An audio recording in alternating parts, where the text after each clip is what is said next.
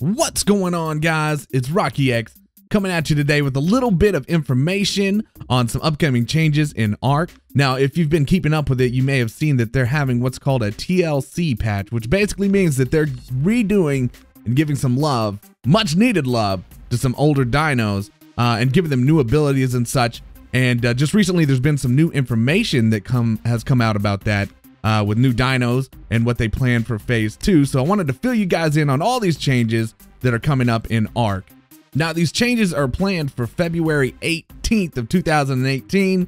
Please keep in mind this is wildcard time. I wouldn't get your hopes up, hold your breath too long for that. But these are planned really soon. We'll go ahead and we'll take a look at some of the creatures that they're planning on redoing first. And then at the end, we'll get into some of the stuff that they've announced for phase 2. We'll start with my favorite one. I think this is a really cool redo, the Dire Bear.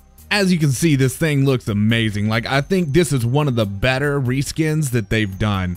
The new Dire Bear just looks really intimidating, looks a lot more lifelike. I think it looks awesome. But more so than the visual changes, they've added some things that will make the Dire Bear a little more useful and a little more unique. So, first of all, it's receiving the model change, it's getting an animation update, new fur, and some new abilities. When riding a Dire Bear, players will be immune to bees. They won't be able to knock you off your bear, and they will target focus the bear instead of the player. So, you know, if you've been out there trying to get honey before, it's a little bit annoying if you're on a mount or whatever, the way that they can dismount you from your flyers or whatever. So when you're on a Dire Bear, you're not going to have that problem. The Dire Bear will also be able to harvest honey from wild beehives without attracting bees or hurting the hive. So this is going to be your go-to for getting honey. Plus, the amount of honey it receives will be 2 times the standard amount. So something like this, I feel like, was much needed. If you've been out grinding honey much at all, you probably feel the same way. On top of that, just look at the dadgum thing. This thing looks amazing. Who doesn't want to ride into battle on that? Next, we've got the Copter Don, which I think has been a long time coming as well. Originally, this thing just kind of looks like an angry old man, but now it looks a little bit more like it's a relative of the kangaroo. This thing looks a whole lot better with this TLC pass, I think. And let's go over some of the changes to it. So in addition to the model update, it's got an animation update. They're going to give it new sounds, and it's going to have some new abilities. Following the patch, the Copter Don is going to take reduced fall damage. Its carry weight will be noticeably increased, and it'll be able to carry small creatures and baby dinos in its pouch.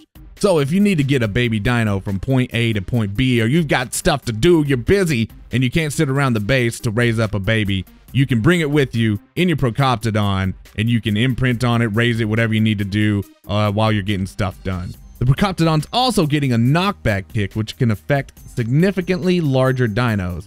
They're adding an aimed jump, which can be used by holding down the jump key, which is going to be pretty cool.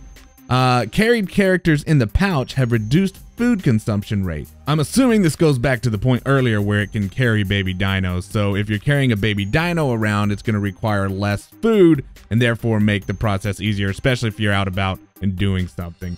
Lastly, the babies imprinted while carried in a Copter Don pouch receive more affinity. So what I'm assuming that means is that instead of getting 9% imprinting, if it's being raised with a Copter Don, then it's going to get, say, 12% or 15%. Maybe it gets more powerful. Maybe it gets more levels with the imprinting with the Copter Don around. I'm not sure. We're going to have to wait till the 18th, it seems, to find out. Moving on to the Gigantopithecus.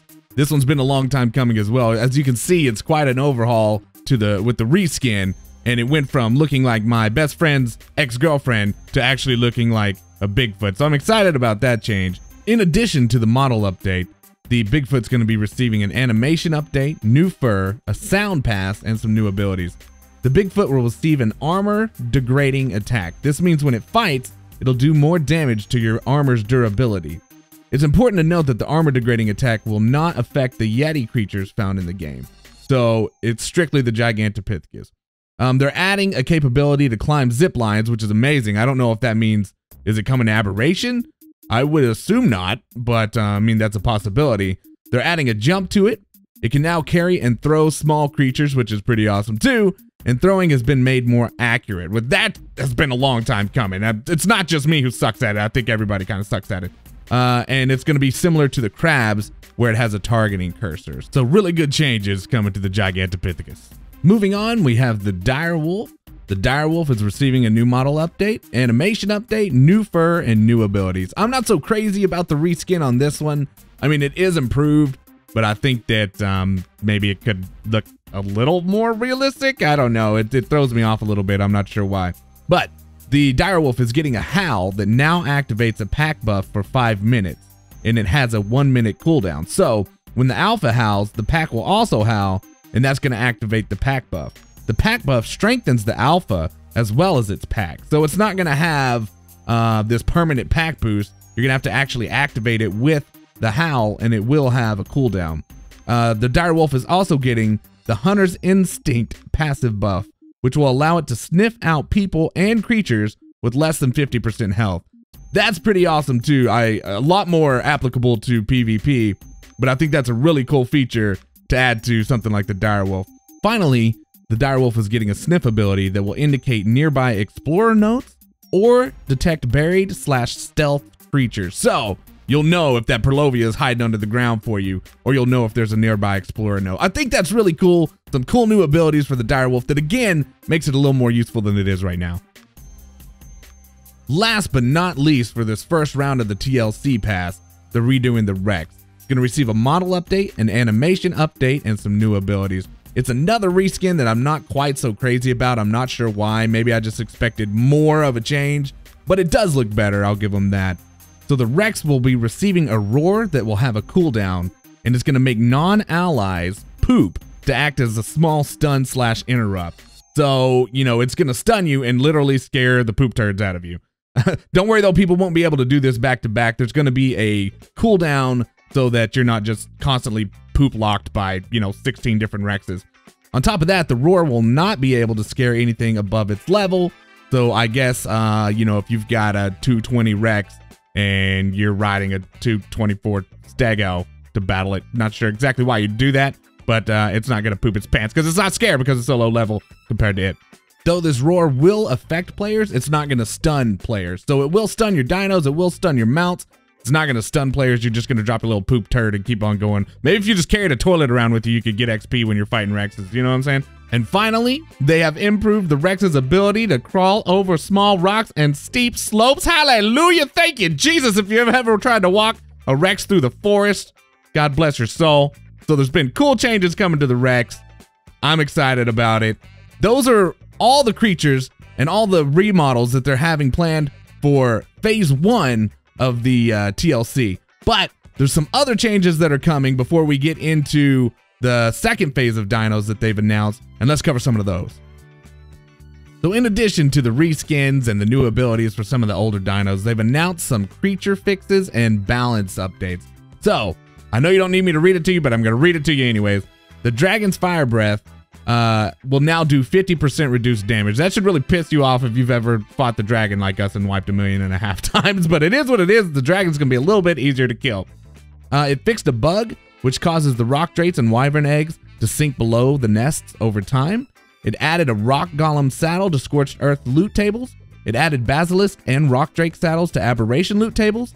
Uploaded creature stats now display movement speed and melee damage. Fixed a case where certain creatures would get stuck under the map, inside the map, when colliding with larger creatures. Mostly noticeable with the rock drake and the basilisk. I've seen that lots of times on aberration. They fixed an issue which was causing a desync with the Reaper's collision. No longer need pheromones to claim Reaper Kings. That's pretty nice. Moz Chops will no longer flee when told to harvest dino corpses. Fixed a bug where some creatures would not be able to attack at lower server FPS. Brontos and Paracers breeding time have been increased by 50%. Dadgummit. Big changes for the Bronto. They're reducing their health points gained per level by 33%. They're reducing its base health points by 10% and doing similar things to the Paraceratherium. They're reducing the base health points by 10% and health points gained per level by 25%. They're reducing the Tusatoothus base health points by 20% and the health points gained per level by 25%. And more bad news if you love donkeys and you're in the ocean a lot, the donkey resistance to bullets has been decreased by 40%, and they're going to reduce the donkey's other resistance by 60%. So they're going to be a little squishier. They did seem a little tough to kill in the first place. Stego plate resistance is being reduced by 30%. The Tech Tapahara no longer inflicts raid damage, which is how you inflict torpor on the Titan, Crab, and Golem. So it doesn't look like you're gonna be able to knock things out with the Tech Tapahara saddle anymore. AI options for dinos to only attack conscious targets added to the Titan Boa, and skittish stance added to tame dinos. Have no clue what that means. So they're also adding some general game changes, and let's cover some of those. So there's going to be a creative mode building, kind of like if you've played some other games where basically you'll just have unlimited resources and you can just go around laying down and building whatever you want. There's going to be a server option to disable fog, hallelujah. And Ark will now scan your Steam achievements and update your local profile accordingly to restore any lost skins and hairstyles. That's awesome too, because I've had that happen to me. Add messages to tribe logs with information about uploading and downloading creatures. Made a respawning player not targetable by wild AI. That's freaking awesome, because I don't know how many times I have respawned in a location and immediately died. There's an option to hide learned engrams. Players can now directly go from prone to crouching, which I think is awesome too. Ambient sounds have their own volume slider, which is going to be great. Right-click context option added to folders to equip everything inside, allowing for rapid gear switching. So essentially you could have all of a certain type of gear, all your riot gear in a riot folder. You could right-click, boom, now you've got everything on. Created a use last pin code so players can quickly access secured structures. The silencer now hides the name of the player who has killed you from the kill message and tribe log. Server option to make supply crates random. Option to enable NVIDIA Ansel on servers, which is really great if you love taking some pretty awesome freaking screenshots. Prevented specific graphical flags from being invited via INI files. Access mapping is now taken into account when underwater. Cooldown added to tribes changing their name. 5-second character and base immunity added to ORP servers when first logging in. Fixed a collision issue affecting some dino gates that allowed unintended entry. That's pretty cool. Fixed multiple unintended mechanics. There's several of those. Fixed an issue where the tech teleporter built on pillars/ceilings would push players and creatures beneath it. Fixed a crash caused by using force tame while riding a dino on my research server. I've definitely had that happen more than once. Improved red crystal collisions so they can be harvested more efficiently by the Anki. Corrected the aquatic mushroom description. Removed collision from glow sticks, which would cause movement problems with certain creatures. Fixed multiple client/server crashes, which is always a good thing. Fixed an issue where some zipline anchors were outside of replication range, preventing them from being used. Fixed a case which would allow players mounted on certain creatures to throw or place C4 a lot further, an example being the Stego. Corrected an incorrect icon with the Seeker dossier. Fixed a case where teleporting outside of a large base with the tech teleporter would show foliage that was harvested. Fixed multiple map issues, always a good thing. And fixed a case where some foliage would not replicate appropriately on aberration. Turrets now respect enemy foundation placement rules, and there's a 30-second spin-up time when being powered by a battery. All good changes, and I love that they're continuing to work on this game after, what is this, almost 3 years. I appreciate that from them. I think that they did early access right, and I'm glad that once they've released it, we're still getting good changes. Finally, moving on to what is newly announced for Phase 2 of the TLC patches, we've got the Argentavis. I'm really excited about this reskin. I think that looks really awesome. The Argentavis was more of like a vulture type creature, and I think that the change is really, really good. Also, it's going to have some new abilities as well. The Dino TLC will grant the Argentavis a new saddle that will receive reduced weight capabilities on obsidian and various other metals. And it will have the ability to craft smithy items with the saddle. That's freaking amazing. That's a big deal. The Argent will now be able to carry 2 additional passengers, also a big deal. One with its claws and one on its beak. On its beak? In its beak. Yeah, I would assume it's in its beak. So you can carry something in your freaking beak and in your freaking feet. That's super awesome. The Argent will be carrying heavier than current creatures in its talons, so it's going to be able to pick up larger creatures than it currently can. And lastly, upon consuming a corpse, the Argentavis will receive rapid health regeneration, making this vulture a formidable aerial tank. Rapid health regeneration on an Argentavis, on a flyer. I think that's awesome. I'm excited about some of the changes that they're bringing to the Argentavis. So we've got one more dino to cover. I think you guys might be excited about this one as well. the Spino. With this TLC pass, in addition to the reskin that you can see here, which I think is pretty subtle, it almost looks like they're making it smaller. I can't tell for sure, but it looks like the Spino is going to be a little bit smaller, and it's just some subtle changes to the reskin. But if you notice in the top one, that dadgum thing is standing on 2 legs. So with the TLC pass, the Spinosaur will now be able to operate in both bipedal and quadruped stance. When on 2 legs, the Spino will move slower, but be able to bite and use its claws to do increased damage. While on all 4 legs, it'll be able to move faster. Now, due to its affinity to water, the Spino will receive a buff which applies a bonus to movement speed, turning radius, attack damage, and health regen when fighting in the water, and will last for some time after exiting the water, so that's pretty cool as well. It will also prefer prime fish meat for taming, which makes a lot of sense, and have an increased chance of gathering prime fish meat. So Spinos are going to be a lot more useful in the water. They're going to be buffed in the water, and that buff can carry over to land, and it's going to be really ideal for getting some prime fish meat.